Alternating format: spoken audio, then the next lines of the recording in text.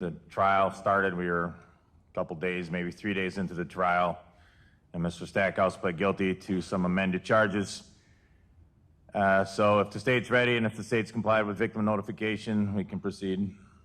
We did notify the mother, Ms. Maxwell Davis, of today's date and these proceedings both by letter and telephone. I did not receive a response, and I did not see her when I came into the courtroom, Your Honor. Fine. I did provide to Attorney Jones, just prior to going on the record, a letter from Crime Victim Compensation. CVC covered $5,000 in funeral costs in this particular case, so the state would be seeking that amount in terms of restitution. So noted. When considering the serious nature of this defendant's offenses, this defendant's character, and the need to protect the public, the state is respectfully requesting that the court sentence Mr. Stackhouse to a total of 31 years in the Wisconsin State Prison System, 21 years of initial confinement, followed by 10 years of extended supervision. That would be broken down on each count as follows. On count 1, second-degree reckless homicide, 15 years initial confinement, followed by 6 years of extended supervision. On count 2 and count 3, the state is asking the court to order 3 years of initial confinement and 2 years of extended supervision on each count and run those consecutive to count 1 and consecutive to each other. Travis Stackhouse, as the father of 5-year-old Seer Amir, is responsible for his own child's death. The courts in Milwaukee County are probably tired of hearing this phrase echoed from my mouth, but I say it on every case like this. There should be no safer place for a child in our community than in his or her home. But that was not the case for Seer Amir Stackhouse on June 21st of 2019. Now, why this defendant delivered such a violent and forceful blow to a 5-year-old child in the 5-year-old child's abdomen, we'll never know. There were multiple different accounts given by the defendant on the questioning that was played for Your Honor and for the jury during the trial. He was upset because his children were fighting. He was upset because his children ate his Father's Day cheesecake. He was upset because of his children's behavior. None of those reasons are acceptable in any way, shape, or form for anyone to use violence on a child, let alone this level of violence that ruptured this child's stomach, that ruptured this child's adrenal gland. Perhaps one of the more powerful parts of the trial is when each of the 2 expert witnesses testified about the suffering and pain that Seer Amir would have endured after this fateful blow was inflicted. This was a painful death for this child. This was not a death that went in a matter of seconds or minutes after a gunshot. This is a death where this child suffered on a couch with the person who biologically is supposed to protect him, supposed to keep him safe, supposed to seek medical care for him when he's suffering, knowing that he inflicted that blow and not fulfilling any of those parental obligations to that child, and instead choosing to go out to a bar and ingest more alcohol.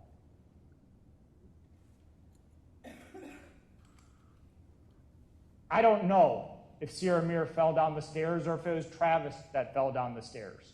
What I do know is that didn't lead to any of these injuries. The jury would have known that and did know that by the testimony of the experts, and I believe even Mr. Stackhouse knew it by the time we got to the close of the state's case.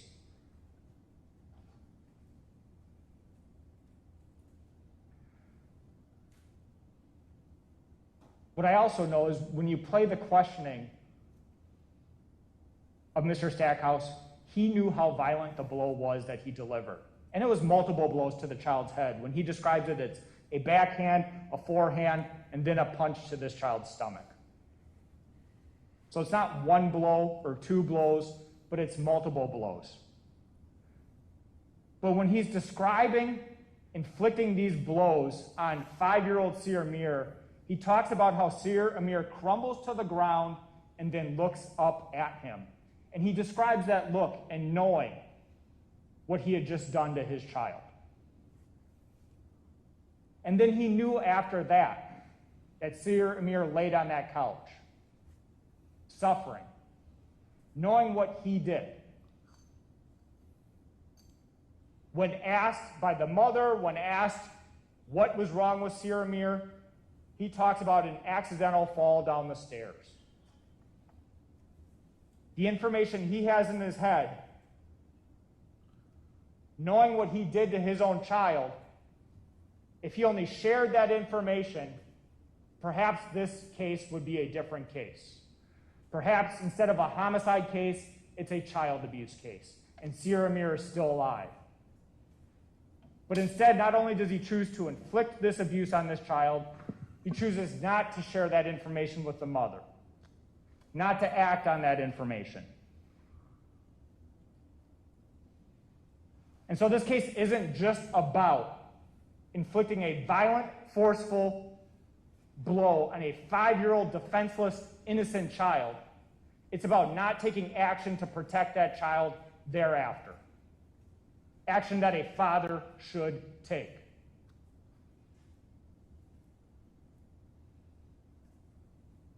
Wisconsin statute section 973.015 says that whenever a case involves a parent inflicting harm on their child, that the courts need to view that as an aggravating factor. Each one of these charges involves this defendant, the father of Sir Amir, inflicting harm and then not taking action when he is the father of the victim. It's an aggravating factor on each count.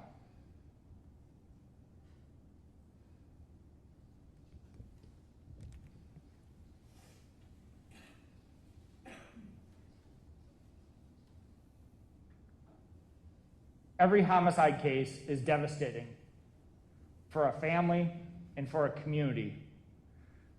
But in particular, a homicide case involving the death of a child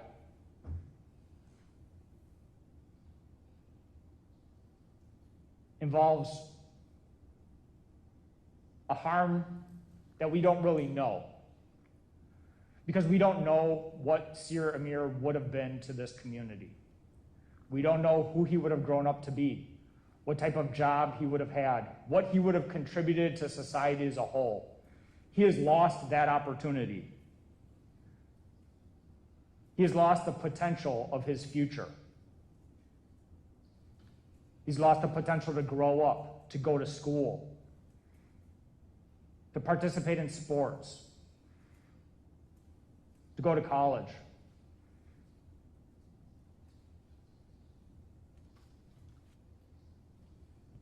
To learn to drive. I can think of countless opportunities that this child has lost. And for what? To this day, we don't know. If it's kids fighting, then how ironic is it that to punish children for fighting, we have an act of ultimate violence inflicted on the children? What lesson was handed down that day if this was about fighting? Or behavior? Or a cheesecake? I don't know what it was about. And quite frankly, it doesn't matter, because no reason is acceptable.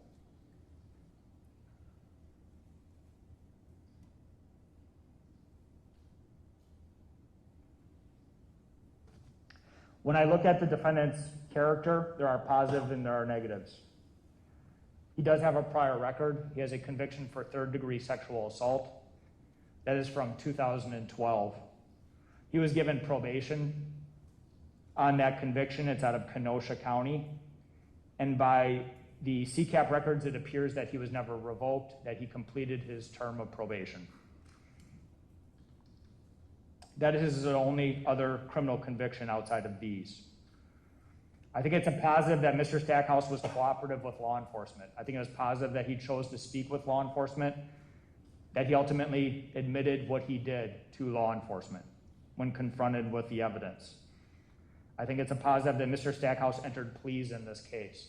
Though I would note, it wasn't just at the 11th hour, it was about 11:45 at the trial in terms of when he entered his pleas. The state had essentially put in its entire case. 2 experts, Mr. Stackhouse's statement,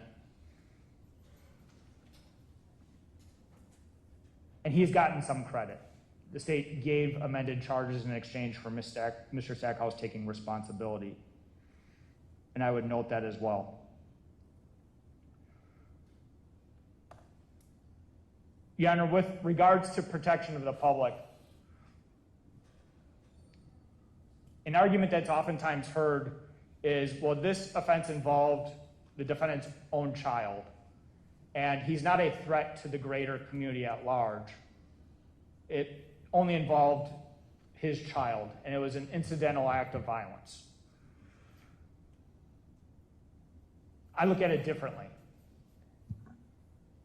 If you can exact this level of violence on a person that you love, on a 5-year-old child, on a vulnerable child, on a defenseless child, then what level of violence could you impose on another person who you don't share those same connections to? For that reason, I see Mr. Stackhouse as a danger to the community and a danger to the public. This is a case for which there needs to be specific deterrence and punishment.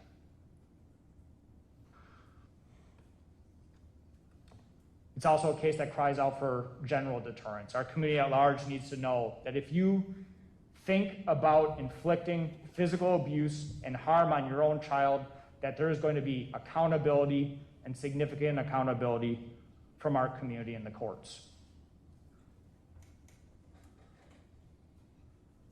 Your Honor, for all those reasons, it is the state's request that the court impose 31 years in the Wisconsin State Prison System, 21 years of initial confinement, followed by 10 years of extended supervision. Thank you. Thank you. Counsel? Thank you, Your Honor. I mean, look, I'm not going to sit here and tell you anything about this case mitigating in terms of the impact it has on the family, the impact it has on the community, the impact it has on the other children. I mean, I'm not going to insult this court. I mean, it's obviously any homicide's horrific. So, I mean, and I'm not going to sit here and say that there isn't a danger to the community on Mr. Stackhouse. What I think we can look at, though, is unfortunately or fortunately, we're in a business where we need to do comparative measuring. And that's somewhat unfortunate, but it's what we do every day. And when we look at this in certain factors here, I think that there is some mitigation here that you might not see in other cases. Now, I recognize Mr. Stackhouse went to trial. I recognize Mr. Stackhouse had a significant portion of the state's case put in before him. I would note, though, during trial, and I'm sure the court recalls this, he specifically did not want his son to testify. He spared his son of that issue. We stipulated out whatever we needed from the son. And I think, quite frankly, Mr. Stackhouse, at least in my estimation, was struggling the entire time with, I think, coming to grips with really what he did. So I don't think this is a situation where he understood that the blow that he delivered to his son was that severe, and he just disregarded it and went out to the bar. I don't think he, quite frankly, and I'm not saying this necessarily makes it better, I just think it's the truth. I don't think he necessarily had any understanding of how hard he hit his son. I don't mean that he didn't know physically how hard, meaning the impact it would have. And quite frankly, I think even the detectives, when you were listening to that questioning, everyone was kind of focused on a very different injury that the child had. And ultimately, the medical professionals came to a different conclusion. The conclusion was still that Mr. Stackhouse was the cause, but it was a punch to the stomach that actually really didn't leave much marking versus other injuries. Why is that important? I think it's important just to really understand a framework here. That Mr. Stackhouse is drinking, that he disciplines his son in his mind, understanding he probably went too far, I'm sure, in his mind. but not understanding how far it was. And I know the state says, well, he didn't share that with the mother. I'm not entirely certain the condition that the mother was in to be able to help Suramir anyway. I know that she was also drinking, but he left. I don't think he left to get away from it. I just don't think he thought of it. Again, that doesn't necessarily change it. It just puts some context around things. But I think really what hit home here is Mr. Stackhouse watching his statement to police. I think that's where he ultimately, I think, came to grips with probably one of the most horrific realizations anyone could probably have, is that he did kill his own child. And I think that's, I don't know how anyone grapples with that, quite frankly. And to be fair, the state did give him the benefit of pleading. So he isn't facing, 100 years of initial confinement or whatever it was at the trial. It might have been life, or it doesn't matter. I think it was maybe 57. Now the state's asking for the maximum of initial confinement time, 15, 3, and 3. I don't think that's quite warranted here. I'm not saying something far off of that's warranted. I'm not going to insult this court and say, give him 3 years and let him go. But I think somewhere in the range of maybe 12 to 15 of initial confinement total. Whether you want to put that on the first count and then run the other two concurrent, isn't much of a deviation from the state here. The extended supervision time I think is important too. He's 31 years old, right? So if he gets locked up for 15 years, he's now at 46 years old, and then another 10 years. He's 56 years old. He's past any sort of likely child rearing years, but also I think he's past maybe some issues he has with alcohol, which I don't know that to be a fact, but it certainly screams of that in this case. There's nothing that we can say or do to bring back his son, and I know Mr. Stackhouse is extraordinarily remorseful around the circumstances of this case. I don't know what more there is to say other than, legally speaking, he has 739 days credit, 2 years. He was arrested on June 22nd of 2019, and we're 2 years and 7 days after that. This is a difficult one because ultimately there's no answer for this, right? Like, it doesn't matter what the court does. Nothing changes here, and nothing makes this any less egregious. So at the end of the day, I think when we're doing our comparison of other cases and what we see come through these courtrooms, my recommendation somewhere in the 12 to 15 range I think is appropriate given the charges he pled to. Thank you. Does your client want to make a statement? Do you want to say anything? Travis? He's indicating no, Your Honor.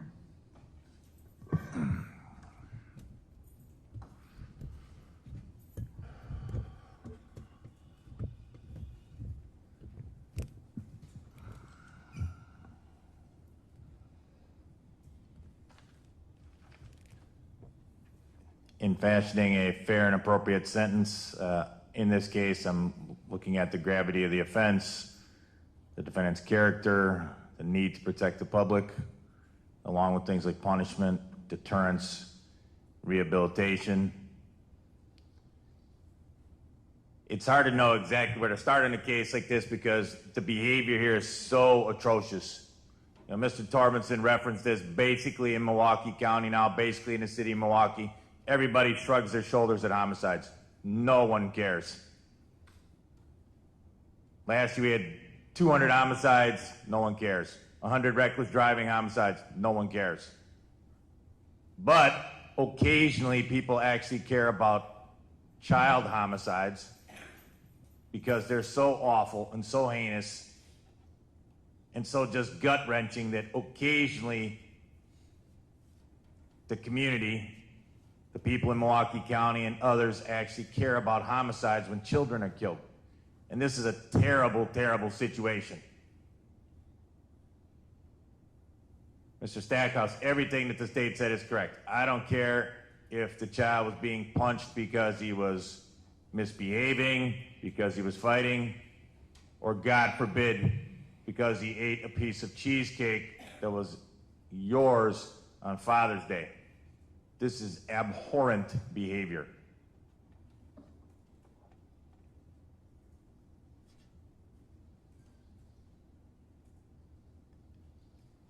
Obviously, this case went to trial.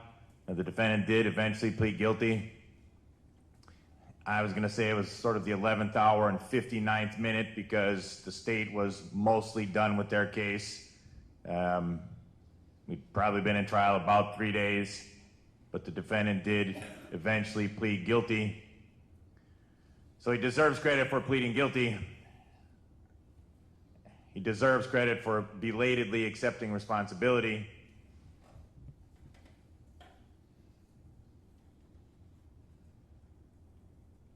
Yes, the defendant did not force his son to testify, which is a bit to his credit, as is the fact that obviously he eventually pled guilty.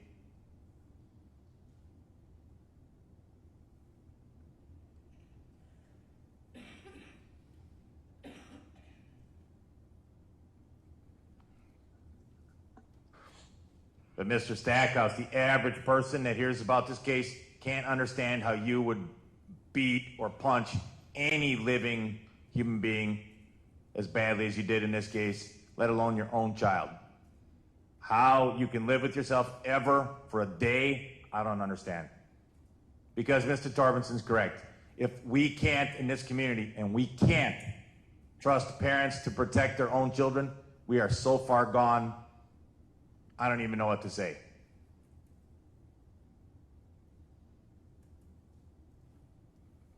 Clearly, whatever went on with the child in this case did not warrant anything along the lines of what occurred. Kids fight, 5-year-olds, 6-year-olds, 10-year-olds, they fight with each other.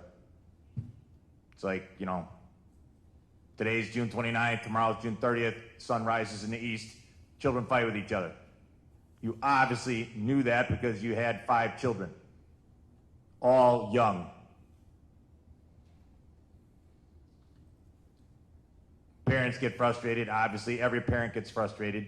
Any parent that says they don't get frustrated with their children's behavior is probably lying or being less than truthful. But Mr. Stackhouse, this behavior is so far across the line that obviously it warrants prison, and it warrants a lengthy prison term. Because Mr. Torbensen's correct. The community in Milwaukee County, the citizens of Milwaukee County need to wake up to the tragedy and devastation that's being wrought all over this community every day.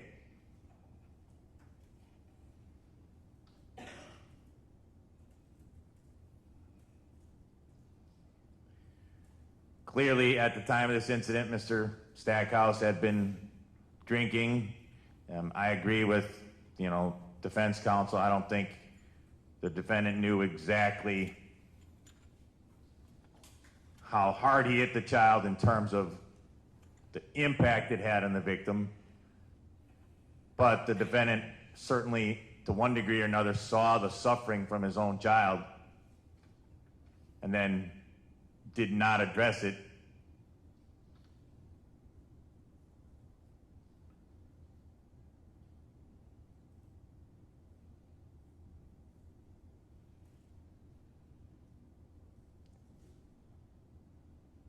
The state addressed the defendant and whether he's a danger to the public. I mean, yes, he's obviously a danger to the public. He's a danger to other children. Is Mr. Stackhouse likely to go out if he was released in 2 years, let's say, which he won't be, but if he was released in 2 years, is he likely to go commit an armed robbery? Probably not, no, because he has one prior. It's a significant prior from about 10 years ago, but he's been otherwise law-abiding, was raising his children, was basically staying out of trouble before this incident 2 years ago.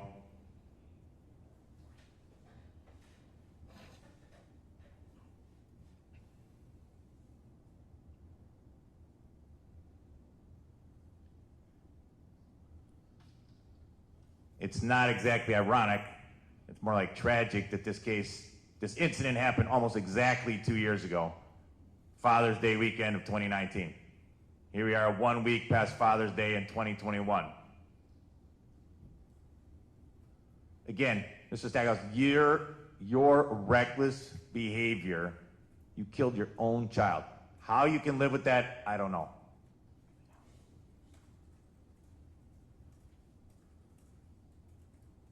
And this case does cry out for specific and general deterrence.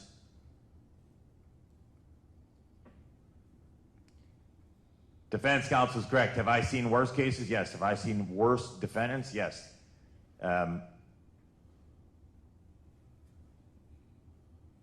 Is Mr. Stackhouse a monster? No. Now, someone that sees in the newspaper or on TV, you beat your child because he ate your cheesecake, allegedly, or because you got in a fight, they think you're a monster, Mr. Stackhouse. They think that if I gave you 100 years, that'd be a good start. I'd be warming up at the 100-year mark.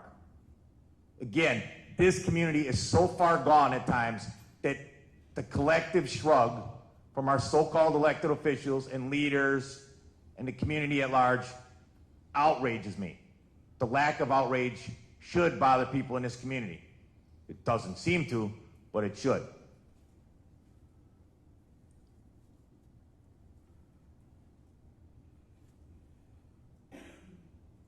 Mr. Stackhouse, just reading about the allegations in this case make the average person, reading about what you did, reading about the allegations would make the average person literally sick to their stomach. Beyond all the other harm you've caused, the direct harm, now you have multiple other children who are going to grow up without a father. Their path, their life path has been altered, but not stopped. As the state said, this little kid had the right to go on to play Little League, to graduate from 8th grade, to go to high school, to have a girlfriend, to go to college.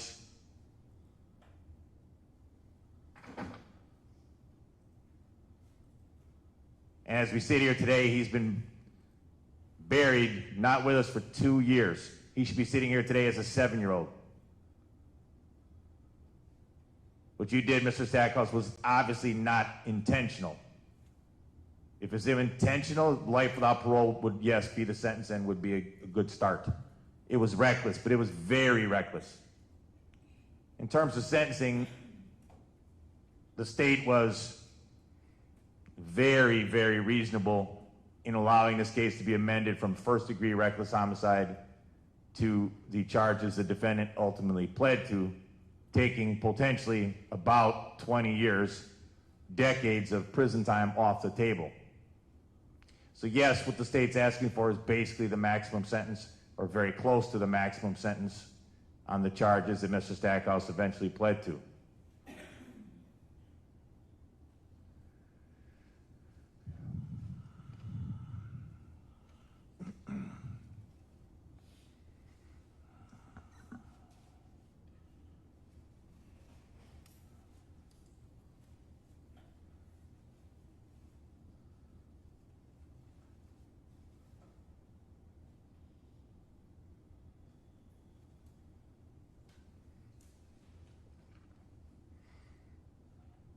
And I don't know exactly how Mr. Stackhouse feels about this. I mean, I think at some level he's remorseful. He obviously chose not to make a statement, which is fine. You know, and as the state discussed, Mr. Stackhouse during the video, during his confession, during his statement, sort of like it took a long time for him to admit what actually happened. It went from basically, and I'm paraphrasing, well, I didn't do anything, to, well, he fell down the stairs, to, well, I may have popped him. Well, okay, I popped him multiple times. Well, okay, I punched him in the stomach. Again, I'm paraphrasing my recollection of the testimony. I'm sure that's not exact. So Mr. Stackhouse did eventually cooperate with the police and did eventually plead guilty. So he deserves credit for those things. Yes, I would think Mr. Stackhouse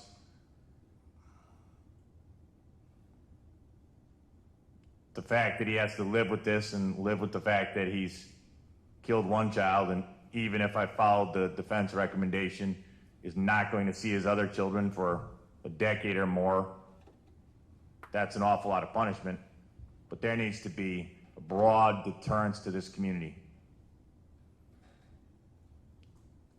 And I agree with the state. You don't get a pass or a discount from the standpoint of, well, you killed your own child, or you killed your relative, or you killed your co-conspirator, so you're probably not a danger to the community. Mr. Stackhouse is unfortunately a danger to the community.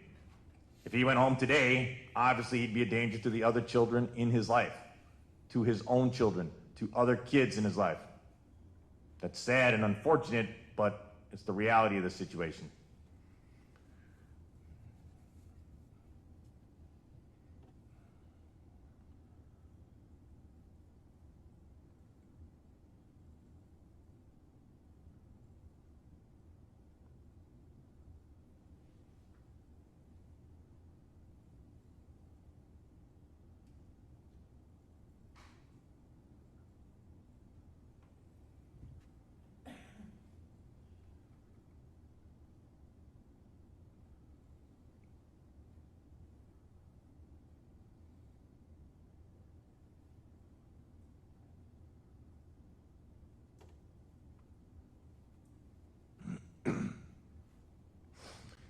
Beyond the documents in this file, which I reviewed and obviously presided over the 2 or 3 days worth of trial, there was one letter submitted on behalf of the defense from the victim's aunt. And she says, "We believe that he, the defendant, he has taken the first step in accepting responsibility for this tragic event. The loss of his son and the forever reminder that he's responsible for the death of his own son can never be explained or forgotten. We acknowledge that this will forever be a heartbreaking narrative in the life of our family." That's certainly true. It's also an understatement. Losing a child is always a heartbreaking narrative. It's beyond heartbreaking when the child loses his life at the death of his own, loses his life at the hand of his own father.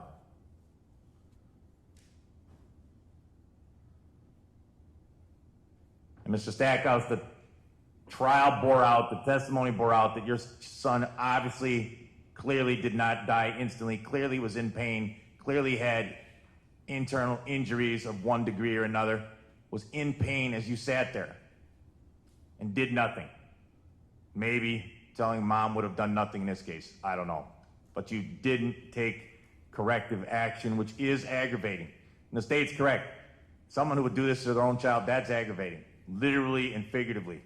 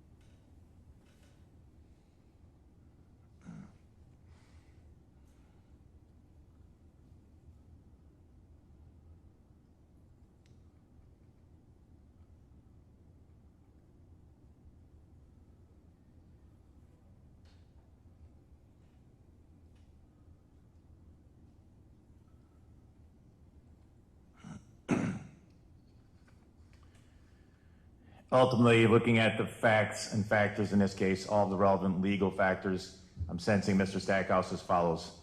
On count one, I'm ordering him to serve 15 years of initial confinement and 6 years of extended supervision. That's the maximum in custody, upfront time on a second-degree reckless homicide. It's absolutely, totally, completely warranted in this case.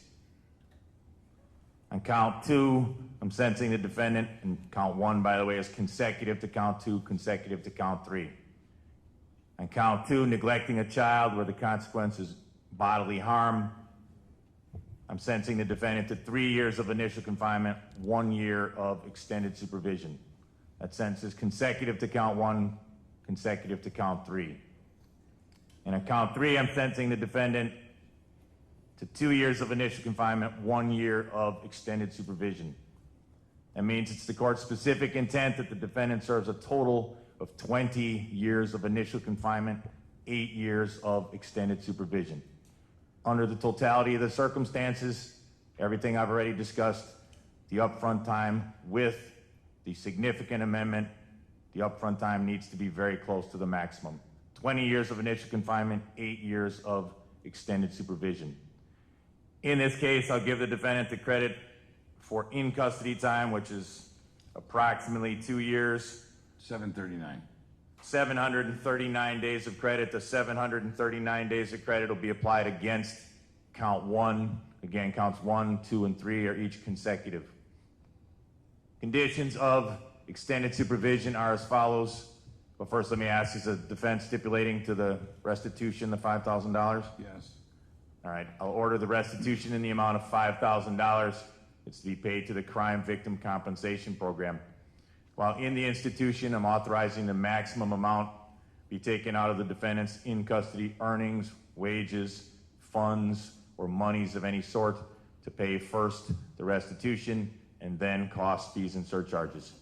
Any restitution or costs and surcharges that are not paid while the defendant's in the institution are to be paid while he's on extended supervision. Conditions of extended supervision are as follows. First of all, Mr. Stackhouse is to seek and maintain full-time employment. He's to complete either in or outside of the institution an anger management class and a parenting class. I cannot think of a possible class or classes more necessary. Anger management and a parenting class either in the institution or when he's on extended supervision. Mr. Stackhouse is to maintain absolute sobriety. That means no alcohol, no illegal drugs when he's released. I want the DOC to perform random drug tests on Mr. Stackhouse while he's on extended supervision. I'm not imposing a fine in this case. I am ordering the restitution, as I said, based on the stipulation and based on what the state proposed and requested in the amount of $5,000. I am ordering the defendant to pay all costs, fees, and surcharges, both mandatory and non-mandatory. Again, if it's not paid in the institution while he's on extended supervision. Failure to pay while under the court's order would result in a civil judgment subject to collection, forfeiture, and tax intercept. Due to the nature of these offenses and my own personal determination, the defendant is not eligible for the challenge incarceration program, not eligible for the substance abuse program. I will provide the defendant with a written explanation of the court's determinant sentence. Mr. Stackhouse, in this case, you have the right to appeal. An appeal would have to be filed within 20 days. Understand that? Yes, yes. Yeah. Because this matter is a felony, you're not allowed to vote in any election. You're not allowed to vote in any election until your civil rights are restored. They will be restored, but until then, you're not allowed to vote. You understand? Yes. You're also not allowed ever for the rest of your life to own or possess a firearm, a gun. If you live to be 95, you're still not allowed to own or possess a firearm. You understand that? Yes. Mr. Torbenson, anything I left out from the standpoint of the state? No. Defense? Oh, Your Honor. All right, then we're adjourned. Thank you. Thank you.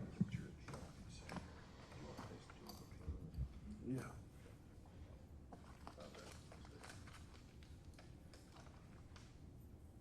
We get a copy of this. See if you can't vote until your sentence is over.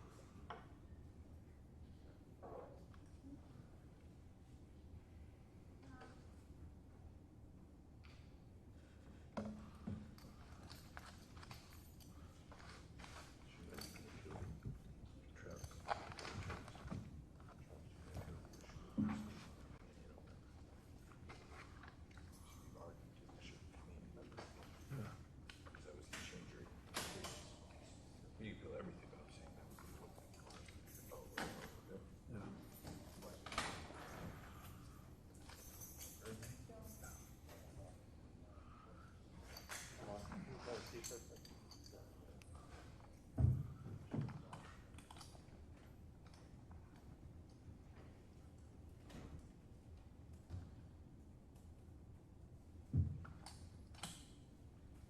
We'll note that during that trial, you mentioned how the Bucks were out of it. They had lost it, they had a chance. I think something along the lines Go in the back room. Courts are better at some things than predicting sports. Have a good day, Judge.